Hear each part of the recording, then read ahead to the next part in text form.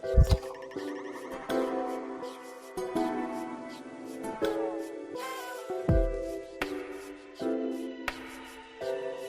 afternoon, Tuscaloosa. Good afternoon, Tuscaloosa, Internet World, West Alabama, downtown Northport, anywhere you're watching the Joe Gaither Show right here on BamaCentral and BamaCentral.com. I hope you guys are having a beautiful Tuesday. It's game week, 4 days away from Alabama kicking off against MTSU right here in Bryant-Denny Stadium on Saturday, 6:30 on SEC Network. You'll be able to follow all the coverage right here on BamaCentral.com. You're watching this program on YouTube, on Facebook, on Twitter. You're listening on Spotify, Apple Podcasts, and Amazon. You can find me anywhere on the social medias at Joe Gaither6. Send me your comments, your questions, queries, and complaints. We really appreciate any interaction. You want to jump in on the comment section. Today might be a good day for you to do that, as we are going to get to know Alabama's first opponent, the Crimson Tide, taking on MTSU, the Blue Raiders, coming into Tuscaloosa, going to try to shock the world. So yesterday on the show, we welcomed Eric Anders, former Alabama linebacker, UFC middleweight, and one of this weekend's honorary captains for the weekend's game. Tomorrow on the show, you'll hear from Darren Mustin, the other honorary captain for this weekend's game, both linebackers, and Darren Mustin, a very unique connection to both MTSU and Alabama. I'm looking forward to you guys hearing that program. But today, we are welcoming in the enemy, so to speak. We're welcoming in Sam Doughton from GoBlueRaiders.com. You can follow him on the Twitter machine and Instagram at SJ Doughton. He's been covering the Blue Raiders for 2 years, going into his third season. Sam, thank you so much for joining us. Let's get to know the Blue Raiders. How is your Tuesday going, sir? Oh, it's going great, Joe. It's finally starting to cool down a bit here in Murfreesboro. We've had a couple weeks of 95, 96 up here. So walking into the office today was very pleasant, and it'll be a nice afternoon for the guys when they get on the field for practice later today. Absolutely. Well, we will trade right now. Are you including the heat index right there? Because our heat index have been through fall camp 111, 114, 105, just disgusting temperatures here in Tuscaloosa. Oh, I was not including the heat index in that. I'm sure we were in the 110s multiple days when we were out there for sure. They were sneaking the start times up a little bit earlier. And, they were finishing up. Sometimes I was having to sprint from the office to get out there in time because, the time that they gave me was different than the time they decided that morning, which, I can't blame them with the way that he was going.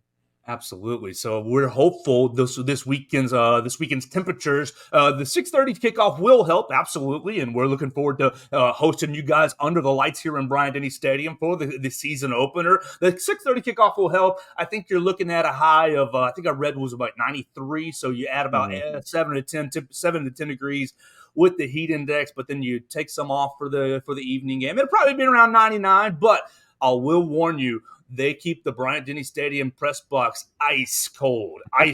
You might want to keep just a jacket or a pullover or something in your bag because that press box, I do love it. I love that aspect. It keeps everything, nice and fresh, but they keep it ice cold. Oh, that sounds like every press box I've ever been to. That's, not an outdoor one, I would say. So I'm looking forward to it. It'll be my first time at Bryant-Denny. I've gotten a chance to cover a softball game at Alabama last year. So, gotten a chance to experience a little bit of what that's like with the Alabama Media Corps, but excited for this one. Really looking forward to it. And just a short drive for the Blue Raiders. So always nice when you can hop on a bus instead of a plane and get to your game in a week. Yeah, what would Murfreesboro be? It's 3 hours to Huntsville. It's 5 to Nashville. So cut that in between, like 3.5, 4 hours. It's closer to 3.5, I would say, because it's about 3 straight up to Birmingham. You tack on another half hour-ish to Tuscaloosa, depending on the day. So, pretty straight shot for us. We just hop on, I think was it 65 and go straight down? Yeah.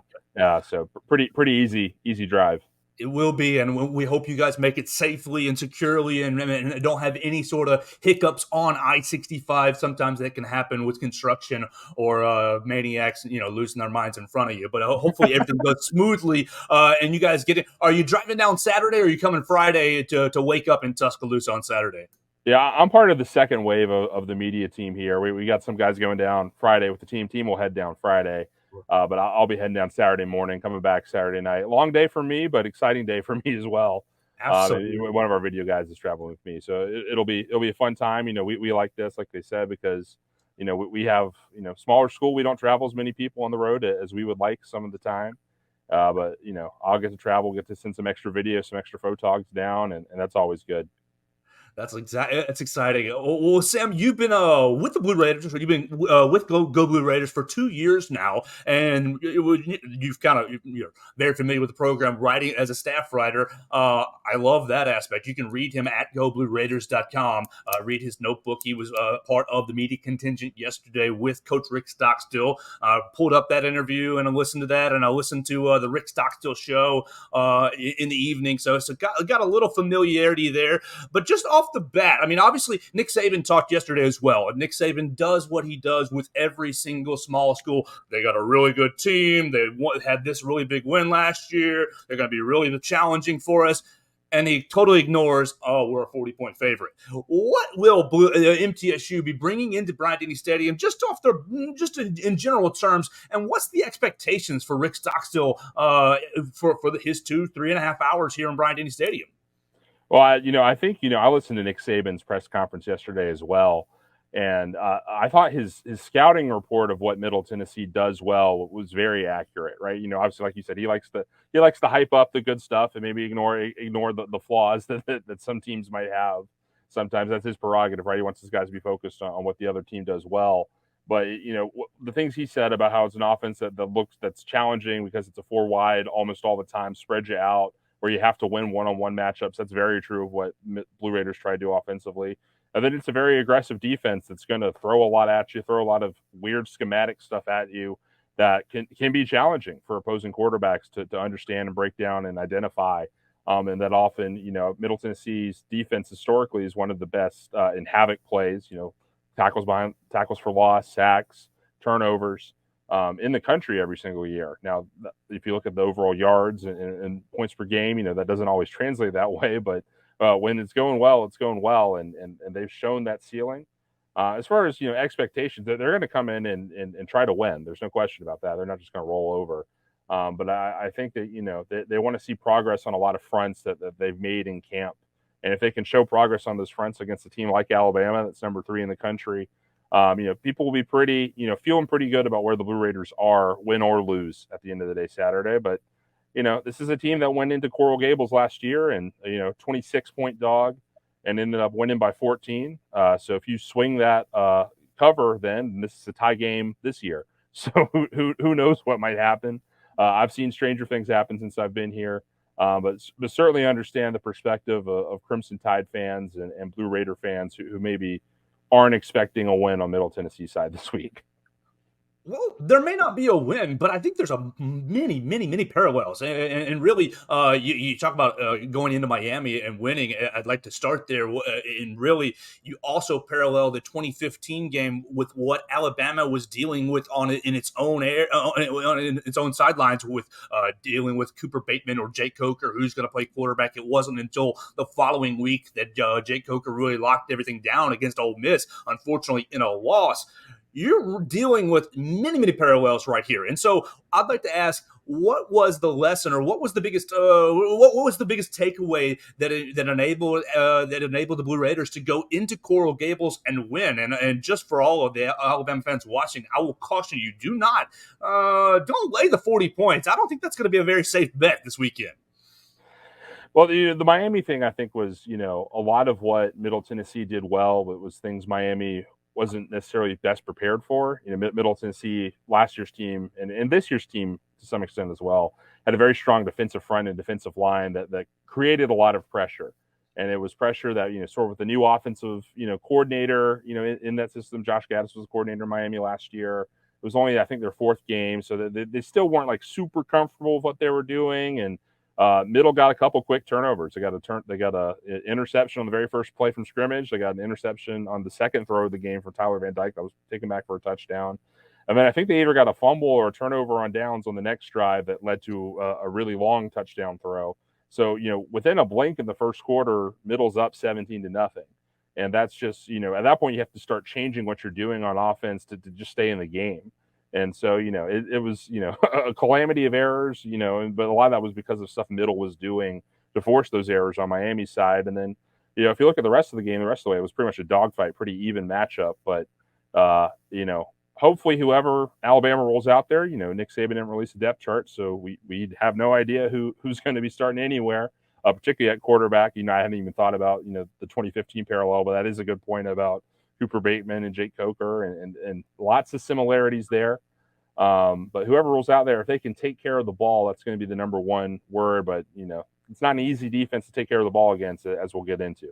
You're speaking the nightmare language for the Alabama fans who are watching right here, because that has been the main point of contention for the quarterback battle. You've got Jalen Milroe and Ty Simpson and Tyler Butner kind of off to their third, and I would expect, honestly, at least 2, maybe 3 of them to play on Saturday. But through the spring and the summer and the fall, the main point is, oh my gosh, Jalen's been a little careless with the football. Oh no, Ty Simpson's been a little careless with the football. And then the third point, Tyler Butner, can he pick up the offense in time? So there's a lot of scary language if you take it into the Miami, quick turnover here, a quick turnover there, a sack.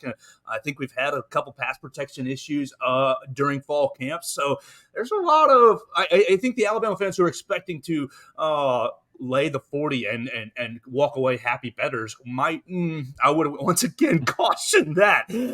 I looked through the MTSU expectations. They were predicted 3rd in the Conference USA. They finished 4th last year. Outside of the Alabama game, outside of just Saturday, what are Rick Stockstill's expectations? You're bringing back 13 starters, and obviously Nick Vattiato, well, I want to talk about him and his character and just kind of his unique story in just a little bit. But what's the overall expectations for the Blue Raiders?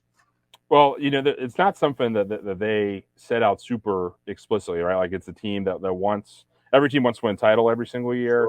Sure. But this is – I think there's little hints when you talk to the coaches and the players that they feel like this is a team that's starting to get everything all together. And some of that's, just some of the stuff that we've dealt with in Conference USA recently. When I started here in 2021, there were 14 teams in Conference USA. Of those 14, 5 remain, including – Middle Tennessee. So there's been a lot of turnover in just the membership of who we're competing against. Can we get y'all in the ACC next year or 2 years? It wouldn't surprise me, to be honest. I really, maybe in 10 years there's some promotion relegation system and we're in the SEC playing y'all at some point. Who knows? But so there's been a turnover in the conference membership that has opened an opportunity window, I would say. And so I think the expectation is this is a year where you have to at least be in that conversation late in the season. The conference schedule doesn't set up perfectly in that regard. Conference USA is playing all of its conference games in midweek segments. A way to get on TV for a smaller league like us, it increase our media revenue. So schools and administration are really excited about it. Coaches are thankful that the other coaches are also dealing with the challenges that come from playing on Saturday to Thursday. I think at one point Middle plays 4 games in 24 days. Oh, God. So, it'll be interesting. Injuries, I'm sure, will play a large role in that stretch. And unfortunately for Middle, they play the 2 teams ahead of them in predictions in the conference standings on the road this year. So, you're looking to upset one of those 2 games against either Western Kentucky or Liberty to feel strong about being in that conference title conversation. But I think there's an expectation internally and externally that you need to at least be in contention and win the games you're supposed to. Don't have any, off weeks against, teams in the bottom half of the standings. And then where you're looking back at the season where you have a 6-2 or a 7-1 record in conference, it's something that you can build on and be proud of because, of those 13 returning starters, a lot of them can be back next year if they want to be. So it's certainly a group that feels like they can grow together, feels like they can continue to build something, and has a little momentum on their side. Back-to-back bowl wins for the first time in school history, a ranked win for the first time in school history last year against Miami. So it's a group that has a lot of belief in themselves, and I'm just hoping that they can continue to have that belief, through this game and through Missouri and an exciting September for sure. My friend Julian Lee following us reminds all the Alabama fans that Alabama football 2007 was beaten by UL Monroe. So there's no givens when it comes to, any given Saturday, anybody can win. I want to move before I get into Vattiato, what was your reaction yesterday to Nick Saban not releasing a depth chart? Lots of chatter around here in Tuscaloosa, but what was your reaction to that? It's not. It was something I was a little surprised by because obviously it's something that he's always done is release the depth chart. I didn't classify him as one of those coaches that played too much into the sort of the college football coach paranoia brain that some of these guys seem to get a lot of the times, where they don't want to give any information out that could be perceived as any advantage at all. Which I understand to some extent. It's not my job on the line. In those situations, right? But he at least seemed somebody that understood, the benefits of it, right? And I found a little bit of his discussion about how it's a distraction for the team, and the guys don't feel like that they can. People are upset their backups. I'm like, well, they know who they're running with in practice every day. They know who the ones and twos are. And they also know that can change. Like, I mean, there's positions that on our depth chart that I know could easily flip by the time that we got it Monday and the time they go out there on Sunday, just based off what happens these next 3 days in practice. If one, guys that are close and one guy plays a lot better this week, so I think I don't know if it's just something he doesn't want to reveal, if it's something he feels like there's enough people not doing that he shouldn't have to do it either now because so many other people are in that camp, which like I said, I understand. I get the pressures he's under in that regard. But I found his justification for it was a little,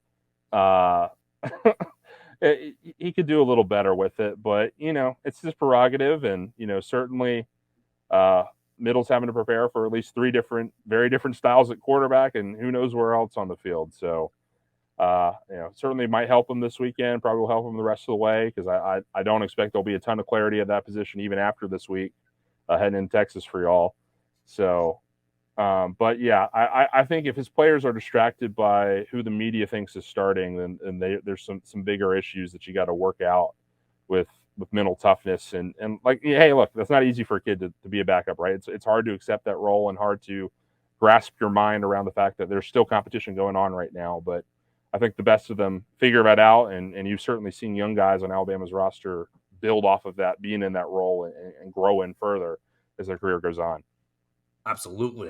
We're talking to Sam Doughton, staff writer for MTSU. You can read him at goblueraiders.com. The Blue Raiders coming to Tuscaloosa this Saturday. Sam, just a little inside baseball. After game 1 last year, he got on to my friend Nick Kelly for a depth chart question right after the game. And he said, the hardest day of my year was depth chart Monday. All the players coming in and crying about or complaining about their position. And you guys may never get a depth chart again. So there's a little carryover from last year's game 1 to why he's not giving it. But it was hilarious to me that not 5 minutes later, starting center Seth McLaughlin gets up there, and when he was asked about the depth chart, he said, "Oh no, it's not a distraction for us at all."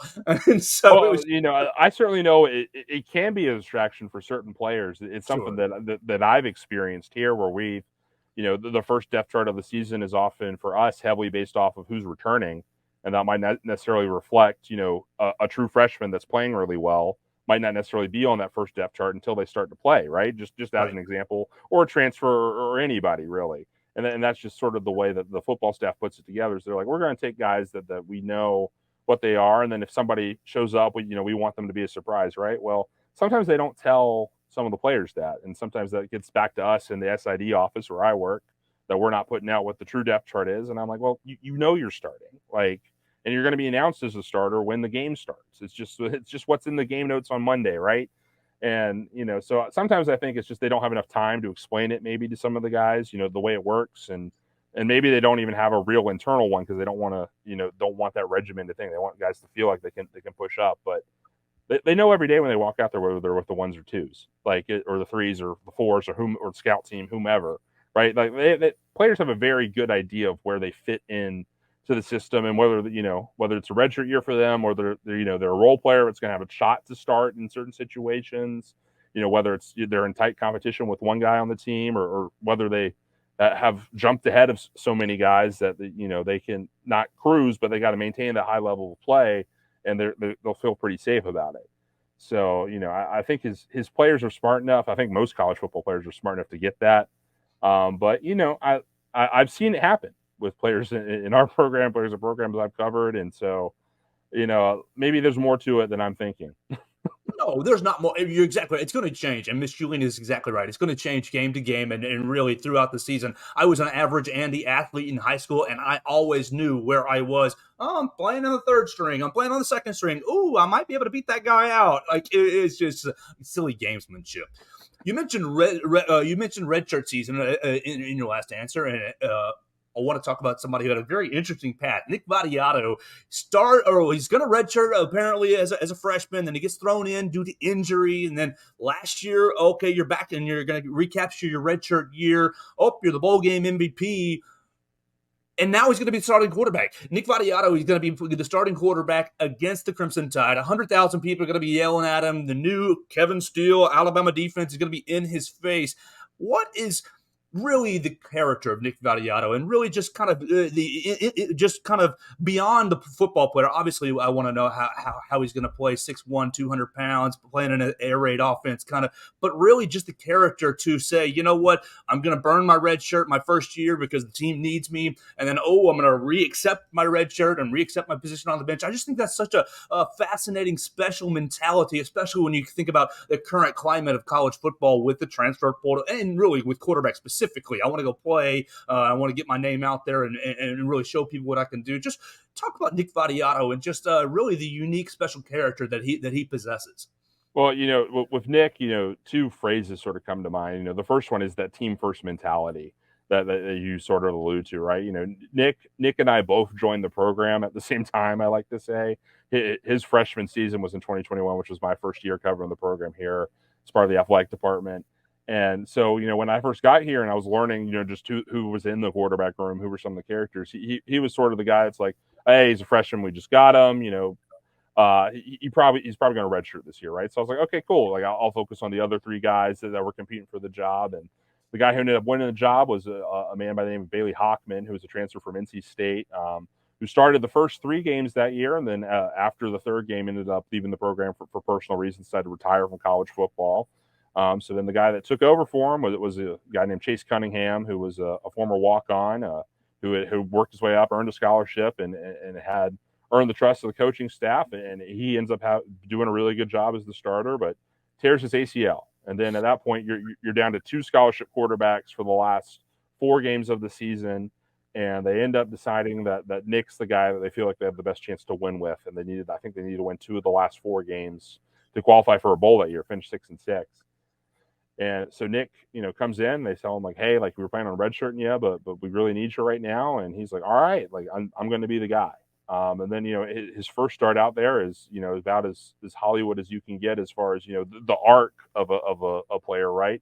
There's 5 interceptions in his first career start, so really low point, but he earned a lot of confidence from the coaching staff and his teammates by sticking in there and making some big throws in that game, even as he was turning the ball over and not shying away from it. And sort of got, stayed in that role, stayed as the starter, ends up winning the Bahamas Bowl MVP, helps bring the team back to bowl eligibility, gets them in the Bahamas Bowl, wins that game against Toledo.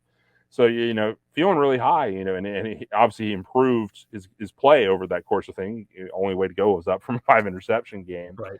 But then, coming back next year, Chase's ACL heals and he rehabs it and gets back in time for the start of fall camp. And there's an open competition, and they end up deciding to roll with Chase, who I think at that point just had a little bit more refinement to his game, being in college. I think that was his 6th year in college at that point, right? And so Nick has to go from feeling like he can be the guy to now realizing, oh, wait, I'm not the guy. And if I'm not the guy, well, then the coaching staff wants me to try to get that redshirt year back. So it was, there are situations in blowout games, both, in games that middle got blown out and in games middle was blowing teams out, that, Nick didn't even get in the game because they want to preserve that redshirt. They're playing some walk-on quarterbacks, some other things to, sort of run the clock in those situations.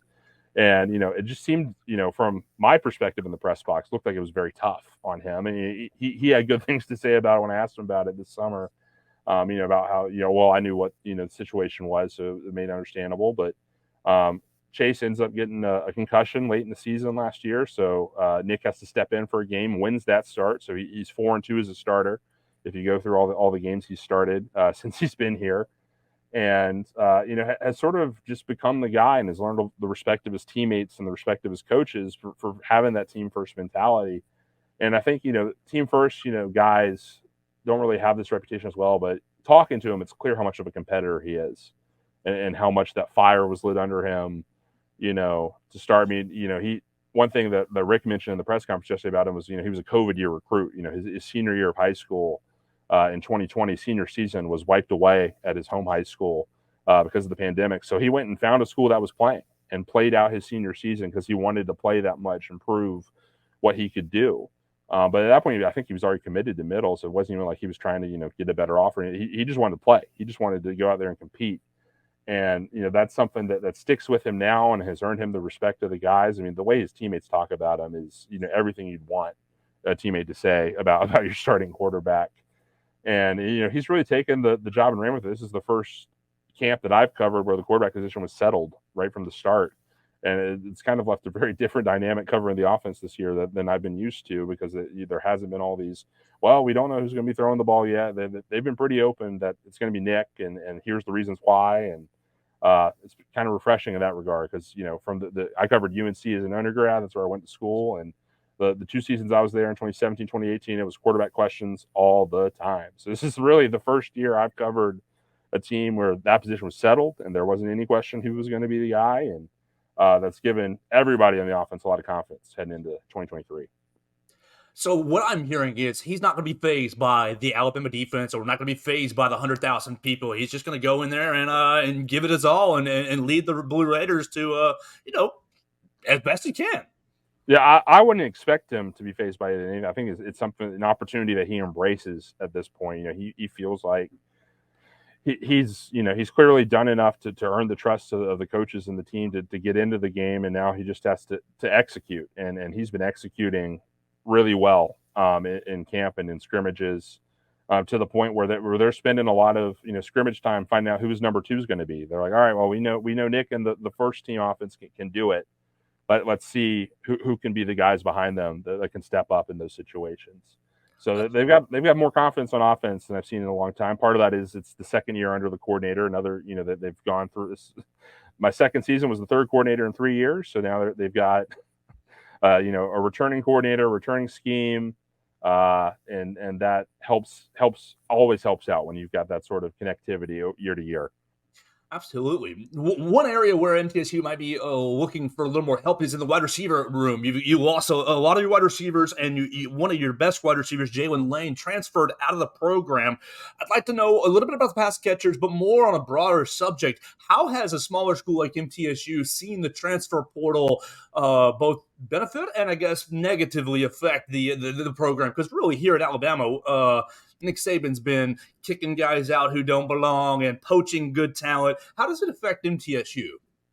Well, we'll start with the portal, then we'll get into the wide receivers a little bit. But the portal is, I think, the best way. Our men's tennis program here is one of the best in the country, perennial top 25 team, and the coach here, Jimmy Borendain, for that says, transfer portal giveth and it also taketh. So when you're at a school like Middle, you have to understand that sometimes there's guys that do have higher opportunities, and we'll have NIL opportunities at other programs, and we'll have a chance to move on. But on the other hand, I think where it really helps a school like Middle is that you can get a lot more depth behind guys. Where the transfers that we're bringing in are not guys that are immediate impact starters all the time. They can be occasionally. We've had a couple of those.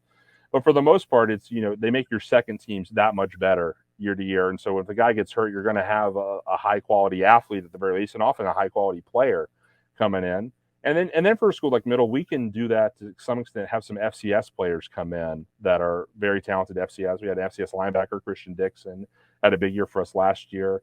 A guy named Isaiah Gaithings, who I'm constantly checking Twitter to see if he made roster cuts with the Chiefs this year. He came in from Gardner-Webb and worked with the program. And so we have a lot of players like that are coming up through that thing, and we can offer an opportunity to them. But yeah, I mean, it's not fun to lose, a guy like Jalen Lane, that's nearly a 1,000-yard receiver. That's, was an All-American freshman as a kick returner.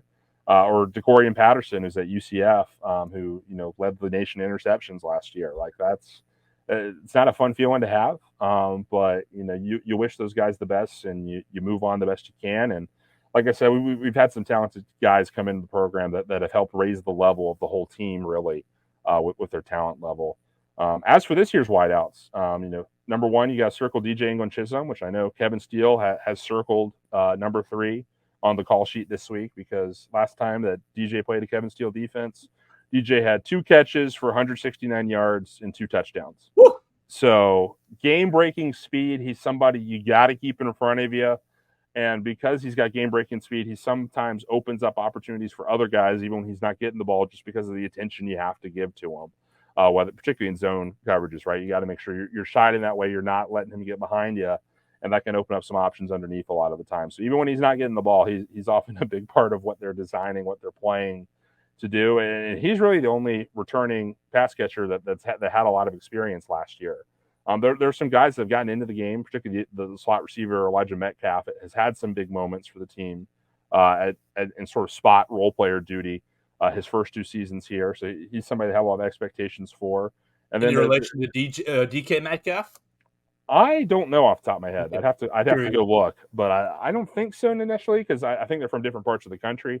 Sure, but yeah, Elijah's the guy that they've enjoyed in the slot a lot. Has been sort of the backup guy behind it, and now has the nice 2 years of college weight training. That physicality level is raised from his natural town. He came in from Mallard Creek High School, which is high school in Charlotte, North Carolina, not too far from where I grew up.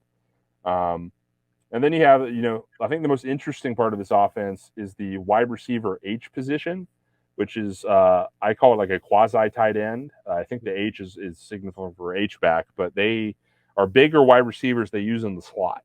Okay. Which often has led to a lot of, underneath, sort of stick concepts or digs or outs and stuff like that. They get open a lot, and they get lots of, 5, 6, 7, 8 yard gains that, are short and sweet, but add up over the course of a drive for sure. And they have 2 guys they're confident in there, Jeremy Tate and Holden Willis, and a third guy that's not even on the depth chart, Jacob Coleman, that's gotten time with the ones this camp. So a very deep group. And the most interesting area probably, though, is wide receiver X, the other outside receiver position, which, listed as Javante Sherman, who had a really great spring and a quieter summer, mostly just in comparison to how good his spring was. And then Justin Olson and Kalani Norris are 2 other names to know. They're the 2 bigger receiver transfers. Justin Olson from UNC, Kalani Norris from Georgia Tech. And they've had chances to show out, but coming in, they had to finish up classes in the spring, so they missed all the spring ball. They've just been sort of having to learn the scheme a little bit more than other guys. So somebody that those 2 guys I think will have a big impact in the team later in the year, but whether they have an impact now, we'll see. Well, the offense is going to bring what they're going to bring, and really, I think Alabama fans were pretty confident in the Alabama defense, especially with the changes that they've made, and so we'll see how it pans out. But really, where Alabama's perspective lies is the Alabama offense against the MTSU defense. How the quarterbacks will manage against the defense, and really how they'll manage the entire season. But Scott Schaefer, you kind of hit on it a little bit earlier, turning the football over. He's kind of got a mantra, get the dang ball back. And you've got your man Tra Fluellen in the back end leading the Blue Raiders. So you talk kind of about the havoc plays earlier in our conversation. And anybody who's missed that, you can hear it again on YouTube, Facebook, Twitter, Apple Podcast, Amazon, and Spotify. What's really going to be the attitude to the defense? And outside of Tra Fluellen, or highlight Tra Fluellen, who else on the defense should we be circling as, oh my gosh, this is a guy that we need to block. We need to take care of this fella. Well, you should really start on the defensive line, which is where I think like everything in this scheme starts. Scott Schaefer, I think, has been here 7 years since earning 7th season as defensive coordinator. Not too often you see that at our level where you have a coordinator here that long, particularly somebody that's been a Power 5 head coach like he has at Syracuse. And, but it starts with the defensive front, which is, I think it's the defensive front that, size-wise, maybe it's not as big as some of the fronts in the SEC, but talent-wise can play with, would feel very at home in a lot of Power 5 conferences, including the SEC. They get after it. They're very aggressive, and they're often supplemented by blitzes, but they can rush 4 and find pressure as well. Which opens up just a lot. It's not a team where you have to send 6 to get pressure. That 4 can cause problems to a lot of teams, and that's really where it starts. And that opens up. We've had some pass pro issues in fall camp, so that's scary. I'm sorry, continue. So Zaylen Wood and Marley Cook are the 2 captains in that unit. Zaylen is a converted defensive tackle to defensive end, so he's got a ton of strength on that on sort of that outside edge. And Marley Cook's a guy that, can absorb blocks at times, but is often really good. If you leave him one-on-one, he's going to get those TFLs. He's going to get in the backfield and cause some issues. And then, when they get in the backfield, they can force bad throws and force poor decisions. And they've really drilled on executing in those situations and making sure they come down with the football and get that turnover and get the dang ball back, as Coach Schaefer likes to say. And, like I said, Ja'Cory Patterson did 7 of those 20 interceptions last year, which, it's a lot of interceptions, a lot of the league in that, and he's gone. But that still means there's 13 other interceptions that are pretty much back on that defense. And, Jacoby Thomas had 4. He's the other safety alongside Tra Fluellen. Teldrick Ross led the nations in pass defended last year with 22, either PBUs or interceptions. So it's an opportunistic secondary. The one concern with them historically under this defense has been they had a tendency to give up bigger plays. Nick Saban alluded to that in his press conference this week, is that when they're getting TFLs and they're getting turnovers, things are going great, but when they're not generating those, they have been known to let teams slip behind them, give up some bigger explosive plays. And a big point of emphasis in camp, and the secondary in particular, has been we need to limit those. We need to not let guys get behind us. And they've done a good job of that in camp, but obviously the speed of Alabama's receivers could be a little bit of a different challenge just across the board.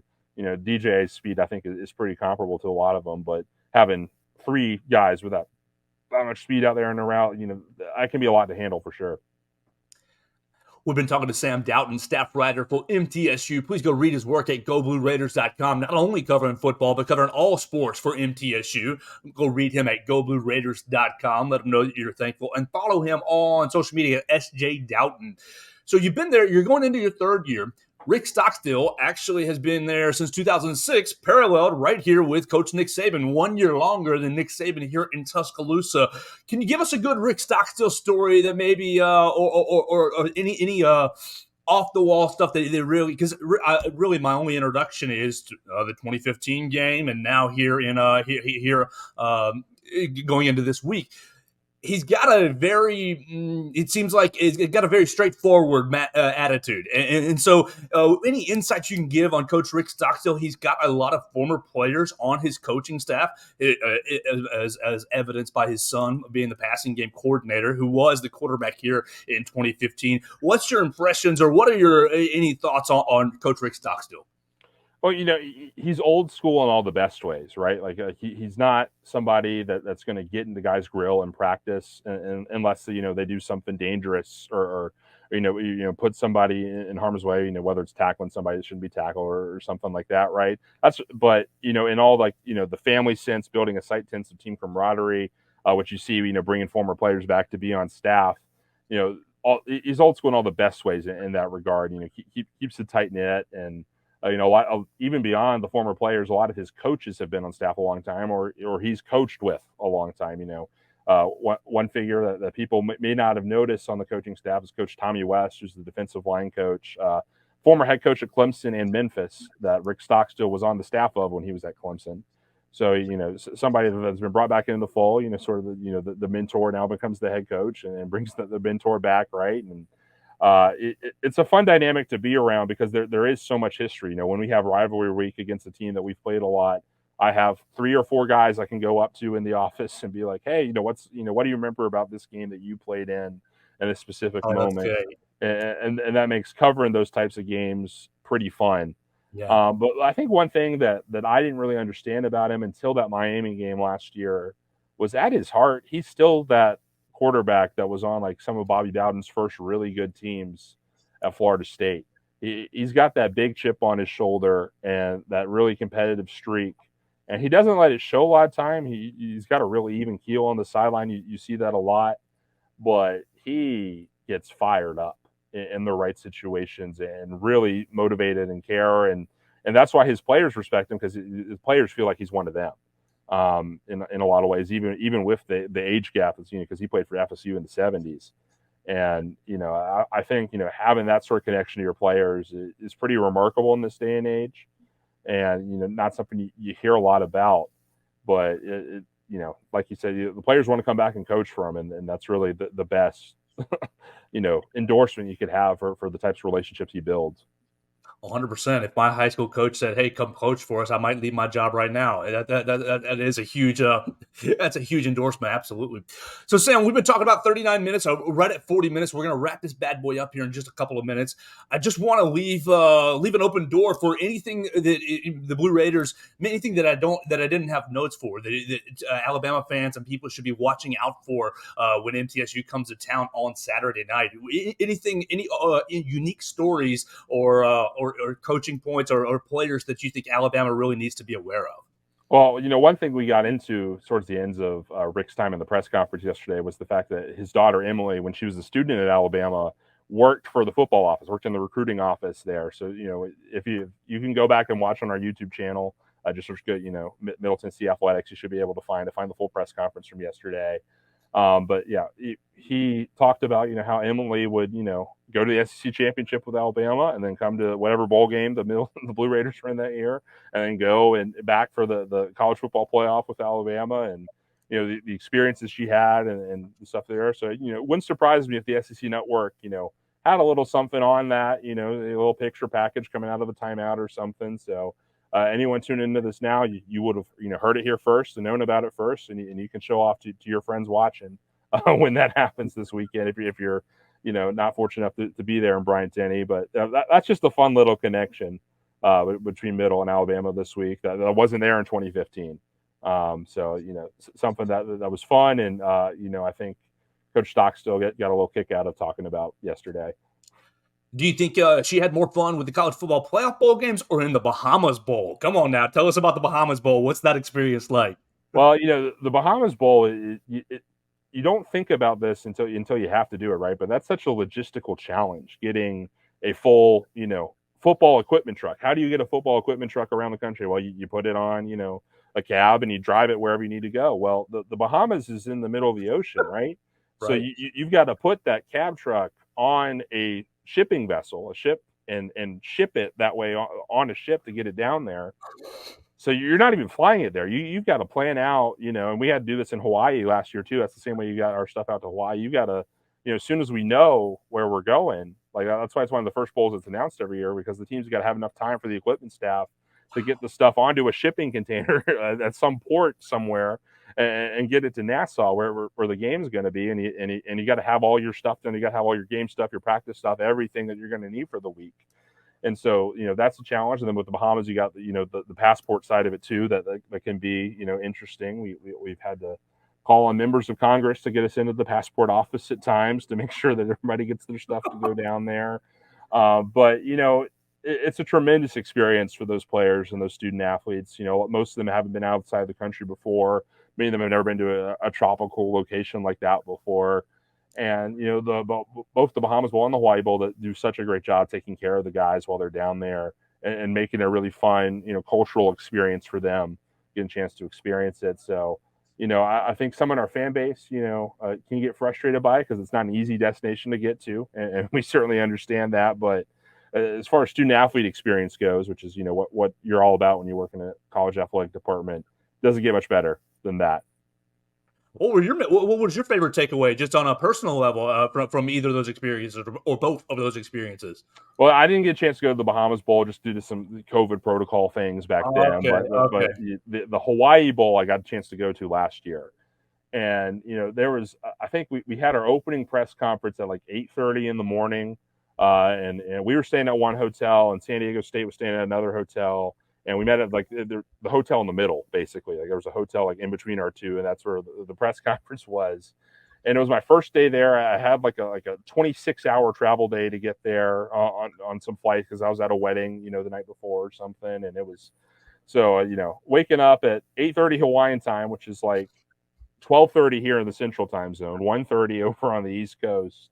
And we have a press conference just like right on the beach in the middle of the Pacific Ocean. Awesome. And I'm just like, the places college football takes you, man. And then, we got to go visit Pearl Harbor in the USS Arizona, which is, one of the most moving areas I've been to personally as an American. So it's something that I think is a must do if you ever have a chance to get out to Hawaii.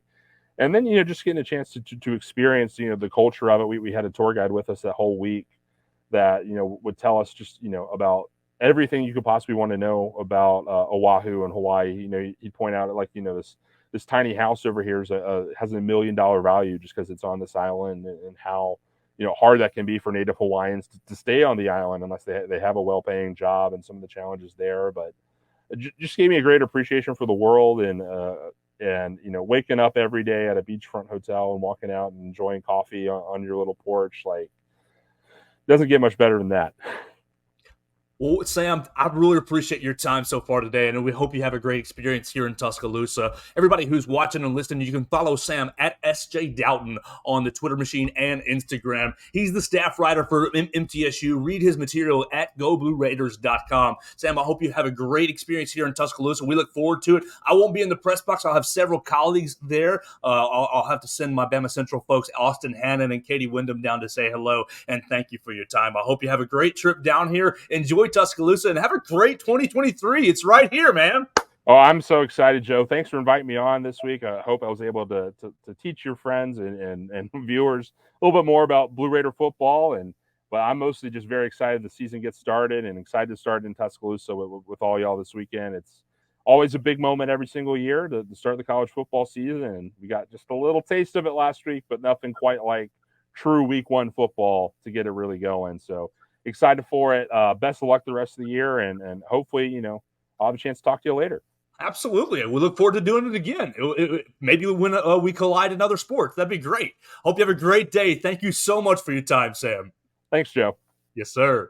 That's Sam Doughton, staff writer for MTSU, GoBlueRaiders.com. Please go check him out. Check out all that work, all his work that he does. He's working right there hand in hand with the MTSU athletic department, so he gets great access. I really appreciate him spending 45 minutes. Look, it's game week for them as well, so he's very, very busy getting everything ready for the game, getting everything ready for the Blue Raiders trip down to Tuscaloosa. If you see him on Saturday, give him a wave. Go follow him at SJ Doughton. Obviously, a lot of you guys are going to be pulling for Alabama, which is natural, but we want to be hospitable hosts right here in Tuscaloosa. So that's really going to do it for our show today.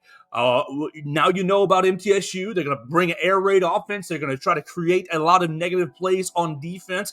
Oh, man, that sounds very scary for me from an offensive perspective for Alabama, breaking in new quarterbacks, breaking in kind of a new first five offensive line. Hopefully Tommy Reese and them boys will be running the ball very successfully on Saturday. Look, I'm very, very excited for the rest of the week. Tomorrow on the program, you're going to hear Darren Mustin. Darren Mustin, former linebacker for the University of Alabama, 2005 to 2007, played at MTSU in 2003 and 4, and then transferred to Alabama. Transferred to Alabama to walk on at Alabama. Had 13 brothers and sisters. Has a great story. Darren Mustin is going to be joining us tomorrow on the program, and he's going to be one of the 2 honorary captains for this weekend's game against MTSU. You heard from the other honorary captain yesterday. Eric Anders joined us yesterday, former outside linebacker. You can hear it on any of the outlets, YouTube, Facebook, Twitter, Apple Podcasts, Spotify, and Amazon. Subscribe, rate, review. Find us at BamaCentral.com and at BamaCentral on the YouTube channel. Let us know if you love it or if you hate it. It's A-OK. Leave us a comment, question, query, and concern. And, of course, follow us at Joe Gaither 6 on all the social media platforms. That's going to do it for me. Go subscribe to the other BamaCentral podcasts. We've got all things Bama and Blue Collar Unplugged. We'll be back tomorrow. With another edition with Darren Mustin, former Alabama linebacker from 2005 to 2007. It'll be Darren Mustin and myself on tomorrow's edition of the Joe Gaither Show right here on BamaCentral and BamaCentral.com.